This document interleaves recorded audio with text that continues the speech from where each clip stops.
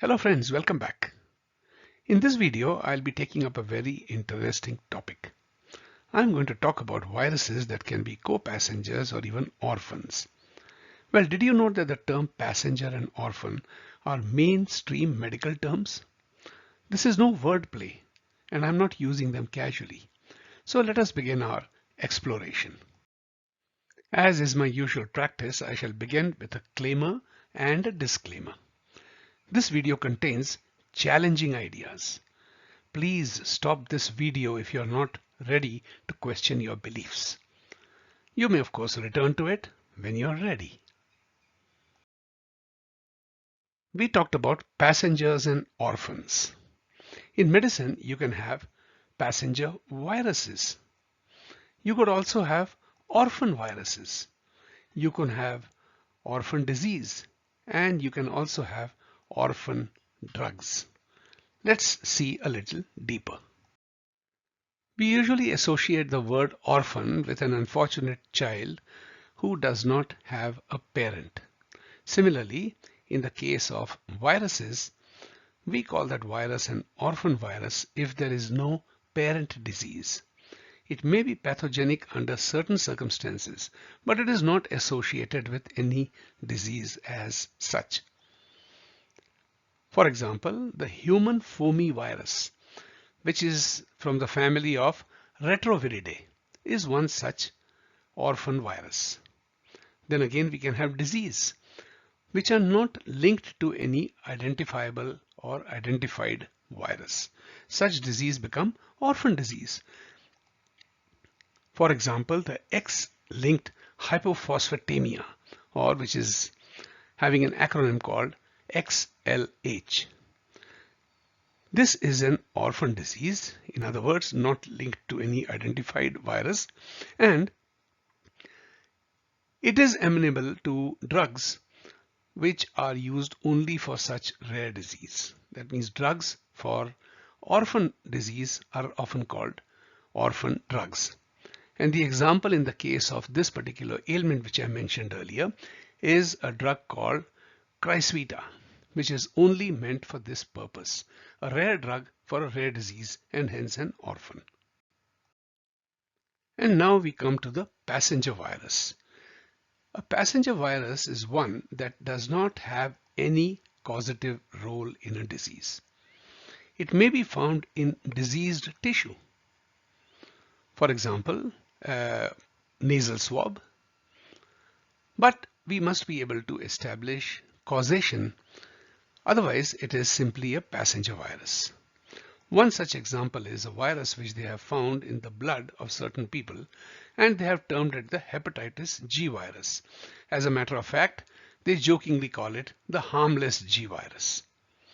It can become virulent under certain conditions, but otherwise it is just a passenger virus, a harmless passenger in medical terms. Now the shocking part of this video is that the HIV/AIDS connection is merely that of a co-passenger. We'll see this at a little depth in the few slides that follow, but I like to call it the Humpty Dumpty of the modern medicine, because that's what the HIV/AIDS epidemic of the 80s and 90s turned out to be.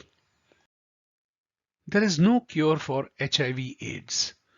That is the pronouncement of the World Health Organization and the CDC of America and many other medical authorities across the world.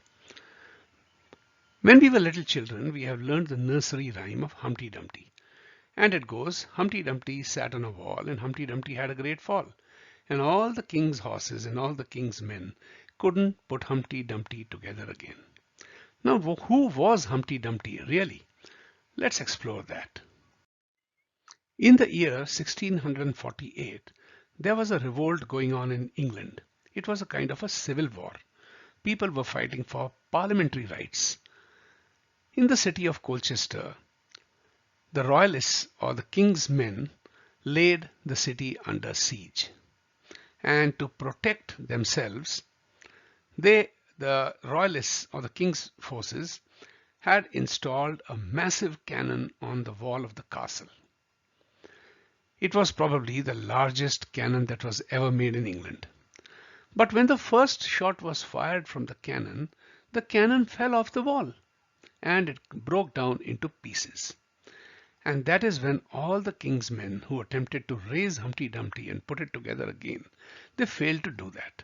And that became the butt of jokes, that Humpty Dumpty sat on a wall and the Humpty Dumpty had a great fall, and the rest follows. One pandemic that attracted a lot of media attention and changed the lives of people was the feared HIV/AIDS pandemic. The so-called pandemic occupied the headlines of newspapers and of all other big magazines internationally. The so-called pandemic turned into a big media circus, much like what COVID-19 has become today. It became the playground for activists, politicians, gay rights activists, and as a matter of fact, also for adverse publicity of other nations. As you can see, these headlines speak for themselves. HIV and AIDS became synonymous with fear and terror. People were scared of being bitten by mosquitoes. They were afraid to express their love by kissing partners. So much so that people are even afraid to sit on public toilet seats. This was the power of fear and terror that was struck in the minds of people without any scientific basis. The person you see in this picture is Dr. Peter Duesberg. He is a molecular biologist and he has been the recipient of the Outstanding Investigator Award of the National Institutes of Health, USA. He stated that there is no virological or epidemiological evidence to back up the HIV/AIDS hypothesis. That's quite a shocking statement. There are numerous papers which you can explore, and I shall be providing references at the end of this video which you can cross-check yourself. He went on to state further that HIV is biochemically inactive and harmless, and AIDS is not behaving as a contagious disease. Finally, he said, HIV is a harmless passenger. And he was using the word passenger in the context of medical jargon, not as a metaphorical expression. Besides Duesberg, there were many other virologists and research workers who had the same opinion. For example, one of them was Robert Root Bernstein, and what he had to say was that there is absolutely no evidence to support the claim that HIV is the cause of AIDS. He went on to state further that AIDS is not a new disease, and also that it is not contagious. Now, those are shocking revelations, but those are buried under sheafs of paper in research journals, only to be overlooked by the media or by the pharma companies. Yet another example is Dr. Gordon Stewart. Dr. Gordon Stewart was the expert advisor on AIDS to World Health Organization, and also an expert witness at many Senate committee hearings. So obviously he knew his job. In a paper that he published in Lancet, he declared that we should be looking at the host, that means the person who became sick, the germ, that means the virus, and the environment, and other sociological and psychological factors before determining a connection between a virus and a disease.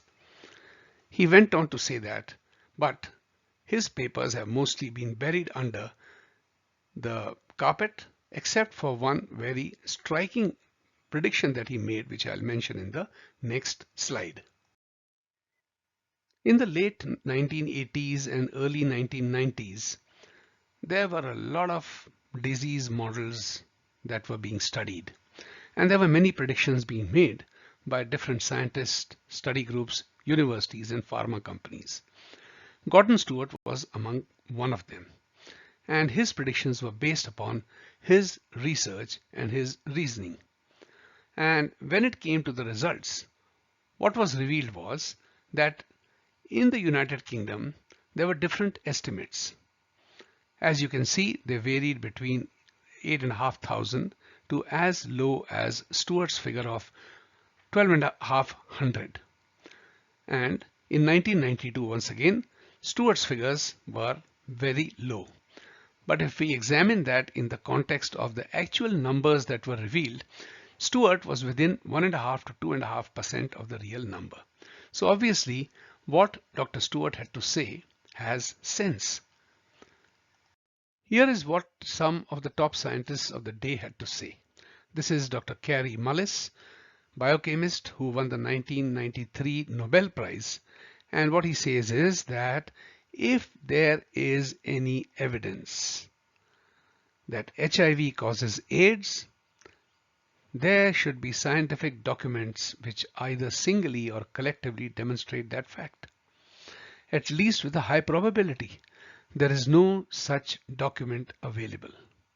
Quite a damning evidence by a person who was a Nobel Prize winner for chemistry, and more importantly, Dr. Carrie Mullis is the person who invented the RT-PCR test, which almost every child knows is today used for detecting the coronavirus.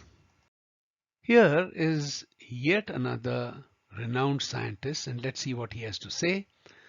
Dr. Sanger has to say that up to today, there is actually not a single scientifically convincing evidence for the existence of HIV. Not even once has such a retrovirus been isolated and purified by the methods of classical virology. This was in the year 2000, 10 years after, almost a decade after, this whole thing became a media circus. And this is what the top scientists of Germany had to say.